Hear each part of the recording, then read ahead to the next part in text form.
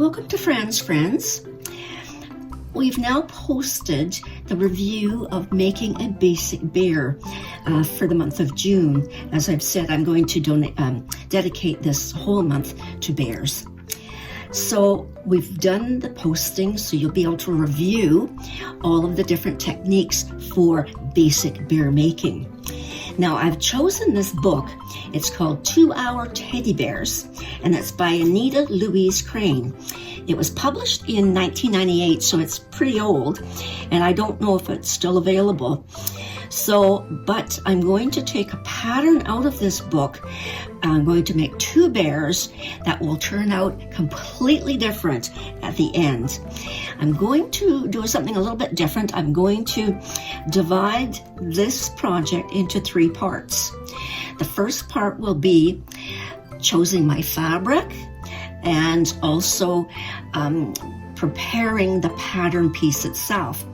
Now, I think what I can do, you can actually go onto the internet on YouTube or Facebook and just type in free teddy bear patterns, and it'll come up with a whole bunch of different bears that you can use just the head and the arms, or if you want to put feet on it, the base. And so if not, what I will do is once I've trace the pattern and cut them out, I'll try and post the pattern pieces. I'm not selling them, so I think I can get away with just posting the actual pattern. So that's how we're going to work it. So let's start with choosing the bear. Now, what I've done is I've chosen one that is extremely simple, and her name is Colette.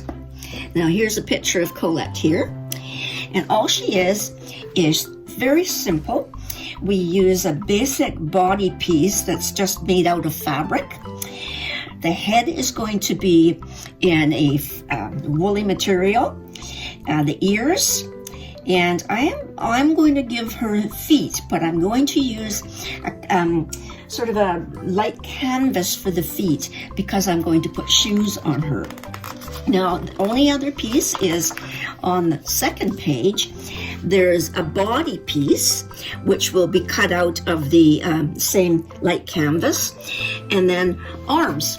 Now, I'm going to use fur for the paws, but I'm just going to use the light canvas for the rest of the arm.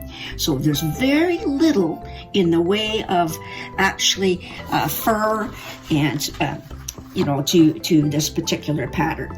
So it's going to be Colette's, and it's very simple. And as I say, once I've traced it out, I'll put it in a basic cardstock. I'll post it. I hopefully should be able to get it okay, and then we can go from there. Or again, use your own pattern that you've got from either books, the internet, etc. So that's going to be, this next project is the 2 Hour Teddy Bears, which goes back to the very basics of no jointing, just a couple of eyes, a little embroidery nose, and again at the end, you embellish to give it character. So what we're going to use is I've gone to my bits and pieces of fabrics that are lying around, and I utilize absolutely everything. So this one is an upholstery fabric that I used, I forget what project I used it on, but it's a lovely color. It's got texture to it, and it's nice and thick. And again, you always stabilize it.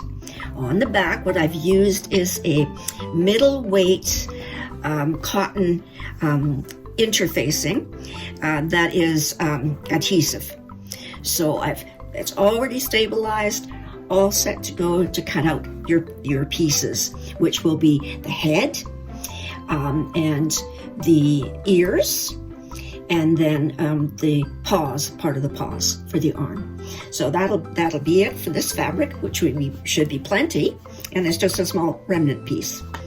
The second one I'm going to do is made out of almost like a soft, furry little fabric. I think I got this from Temu, which I stabilized, and I've already made a bear in this particular fabric, and it turned out quite lovely.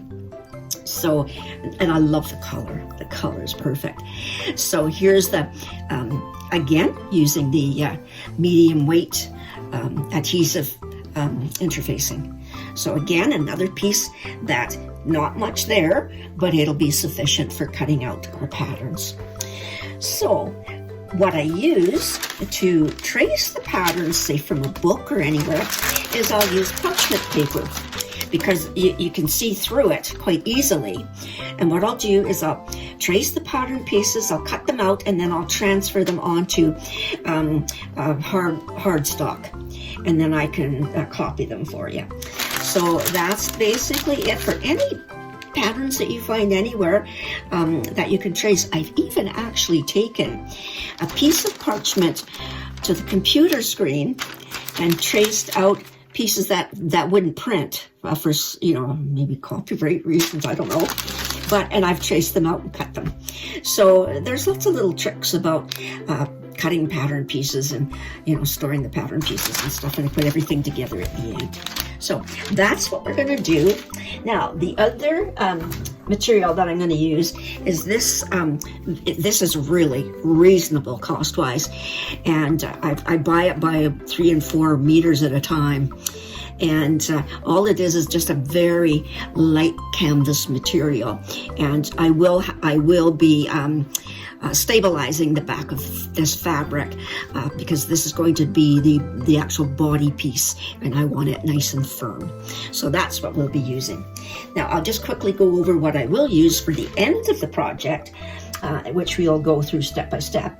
And one of them is I'm going to be using lots of lace, and this is our ribbon lace, and it's already gathered, so that'll be simple to use. Then secondly, I'm going to take a bear with this teddy bear fabric, and it's really quite cute. So it's just a basic crafting cotton, and that's what I'm going to use for the dress. Now both of these I will make into girls, because it'll be too hard to make pants because of the way that the base piece is just one circular piece. So that's what I'm going to use for her dress. Now the other one I'm going to use is, I have a whole stash of scarves way back from the 70s that most people don't wear that much anymore. And I'm going to use this one, and I love the colors of the end of it. And I'm going to use a new technique I've never done before, and I'll go through it with you, is I've noticed people are using fabric and folding the fabrics to cut like circles, a circular around, so that you can cut a hole in, and that could be like a circular skirt or a dress. So that's something that I'm going to play with when I actually do the end of the project with the clothing. So there we go. So I'm really excited about this one, and I hope you join along with me in doing a bear pattern of your own, following this very simple technique that I've taken from this book. So let's get started. I can't wait.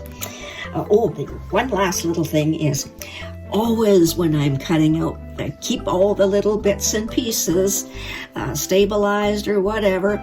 And then this, for instance, will make really lovely ears. So she'll have those ears. I might even try instead and use this for her paws, if I've got enough of this. And the pattern pieces aren't very big. So again, utilize and keep every little bit and piece, because it can become useful for something. So there you go. So thanks for watching, and keep in touch with what's going on with this particular project. Bye for now.